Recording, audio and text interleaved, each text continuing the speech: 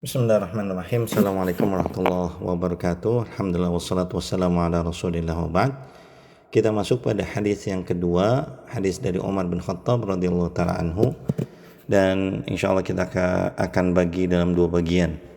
Yang bagian pertama, di mana Umar bin Khattab radhiyallahu ta'ala anhu beliau berkata, "Bainama nahnu julusun inda Rasulillah sallallahu alaihi wasallam dzata yaumin اطلع علينا رجل شديد بياض الثياب شديد سواد الشعر لا يرى عليه أثر السفر ولا يعرفه منا أحد."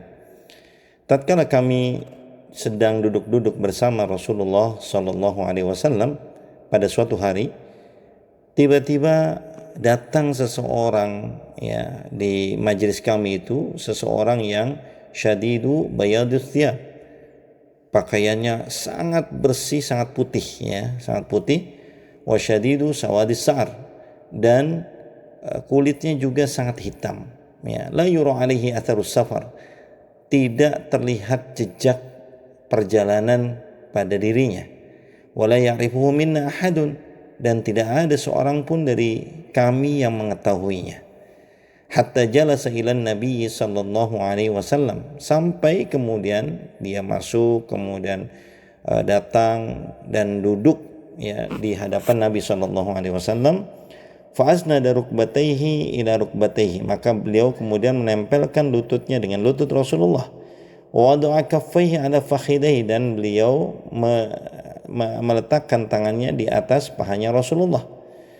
Wa qala, dan dia pun berkata, "Ya Muhammad, wahai Muhammad, akhbirni anil Islam, kabarkan aku tentang Islam." Maksudnya adalah ajarkan aku tentang Islam. Faqala Rasulullah sallallahu alaihi wasallam, maka Rasulullah pun beliau bersabda, "Al-Islamu an tashhada ala an la ilaha illallah."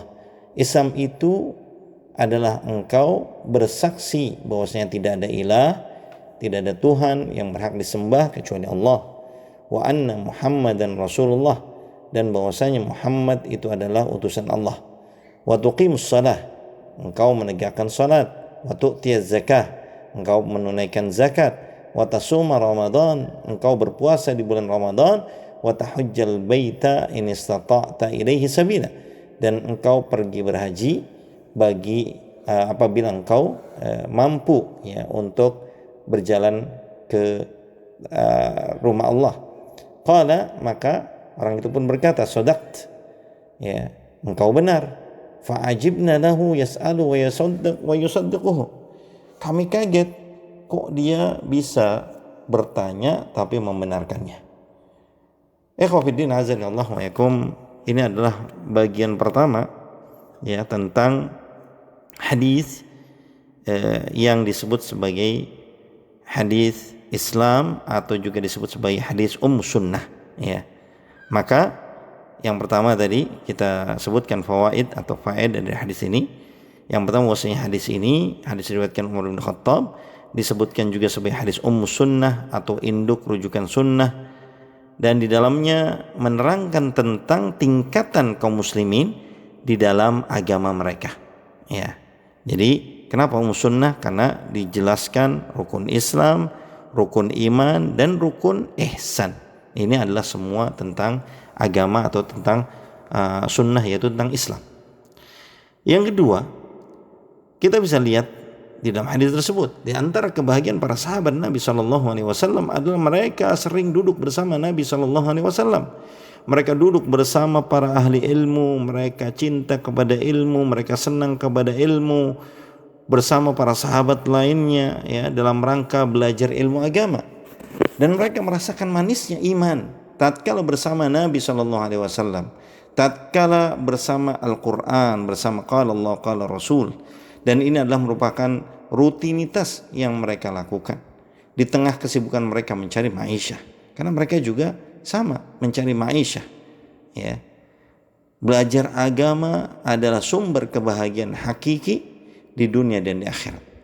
Yang ketiga, kasih sayang Allah subhanahu wa ta'ala kepada hambanya dengan mengutus malaikat yang berbentuk manusia untuk memberikan pelajaran yang berharga kepada manusia. Dalam hal ini pada para sahabat yang nanti adalah pelajaran tersebut adalah untuk umat Muhammad SAW. Yang keempat, dalam hadis itu menunjukkan bahwa malaikat dapat berubah bentuk menjadi manusia atas izin Allah Subhanahu wa taala. Dan dalam situasi yang disebutkan itu adalah untuk menunjukkan bagaimana adab dalam menuntut ilmu ataupun adab dalam mengajarkan ilmu. Hendaknya seorang tatkala menuntut ilmu atau mengajarkan ilmu, maka dia harus perhatikan penampilannya, harus dengan atau dalam penampilan yang terbaik, ya, dalam penampilan yang terbaik, karena dia sedang beribadah kepada Allah Subhanahu wa taala. Yang kelima, bahwasanya Allah Subhanahu wa taala mengajarkan kepada kita semua beberapa metode dalam pengajaran agar pengajaran itu bisa diserap dengan baik. Dan salah satunya adalah sebagaimana disebutkan dalam hadis, ya, bagaimana untuk meraih fokus para penuntut ilmu, ya, datang seorang yang tiba-tiba kemudian dilakukan metodologi tanya jawab, ya, ini adalah untuk atau agar ilmu tersebut bisa diserap dengan lebih baik dan juga agar pendengar tidak bosan. Nah, ini yang harus diperhatikan oleh seorang penuntut ilmu maupun pengajar ilmu tersebut, pengajar ilmu itu sendiri.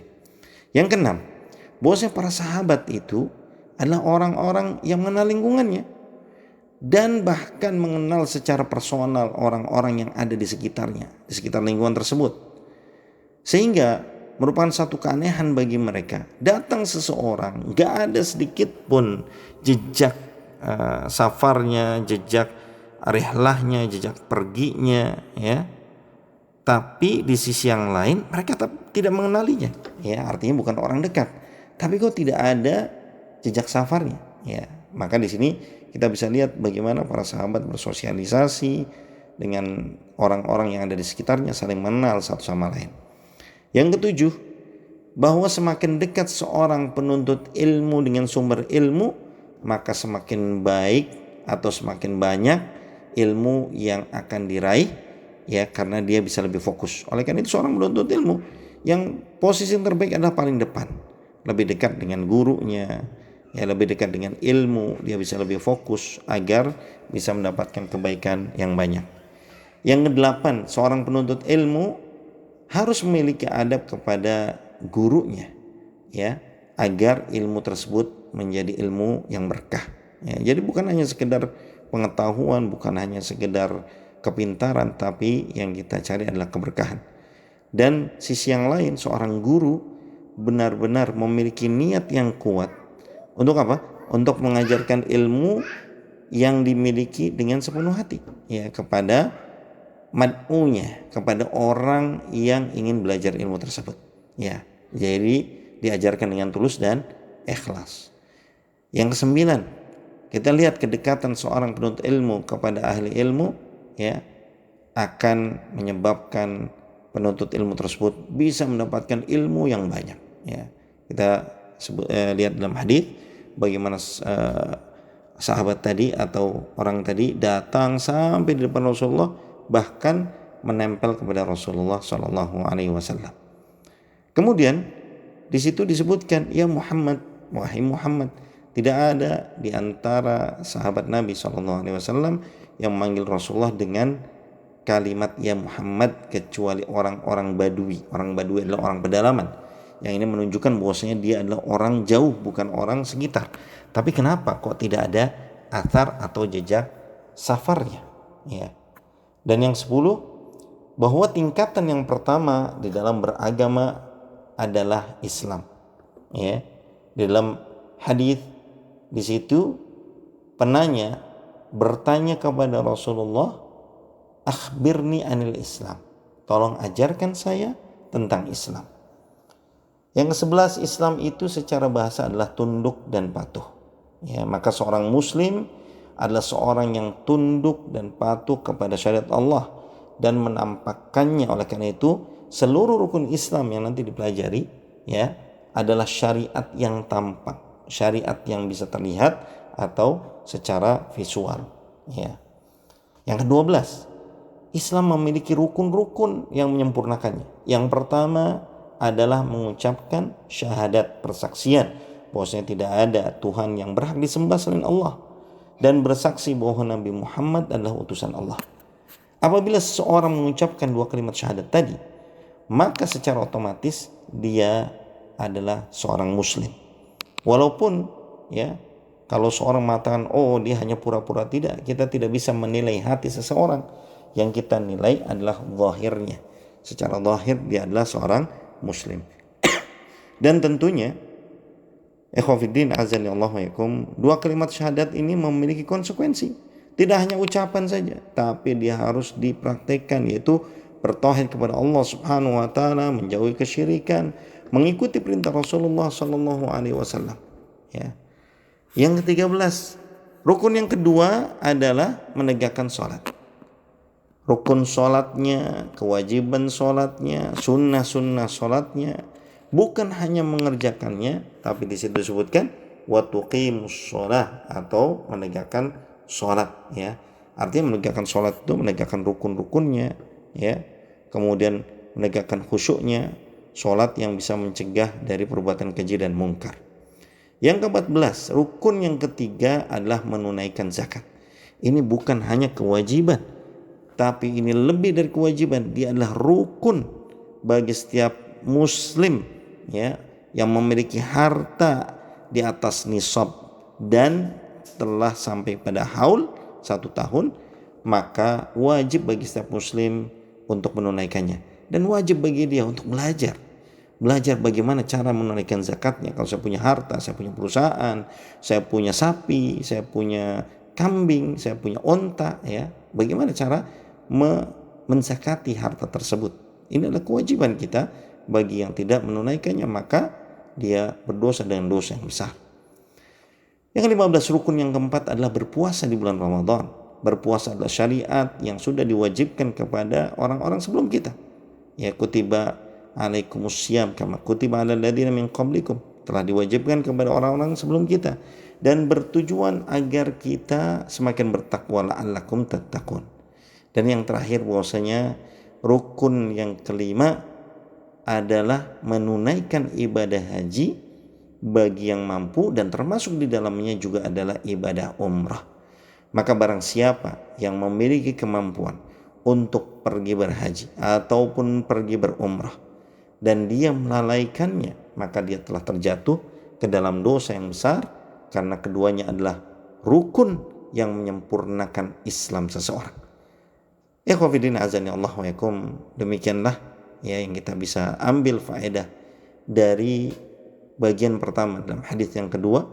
Semoga Allah Subhanahu wa taala memberikan tafaqquh, ya, keilmuan kepada kita, pemahaman di dalam agama, dan Allah memberikan kebaikan kepada kita, dan kita akan mempelajari tingkatan kedua, yaitu rukun iman, ya, dan rukun ihsan. Barakallahu fikum wa jazakumullahu khair. Wassallallahu ala nabiyina Muhammad wa ala alihi wa sahbihi wasallim, wa akhiru da'wana alhamdulillahi rabbil alamin. Assalamualaikum warahmatullahi wabarakatuh.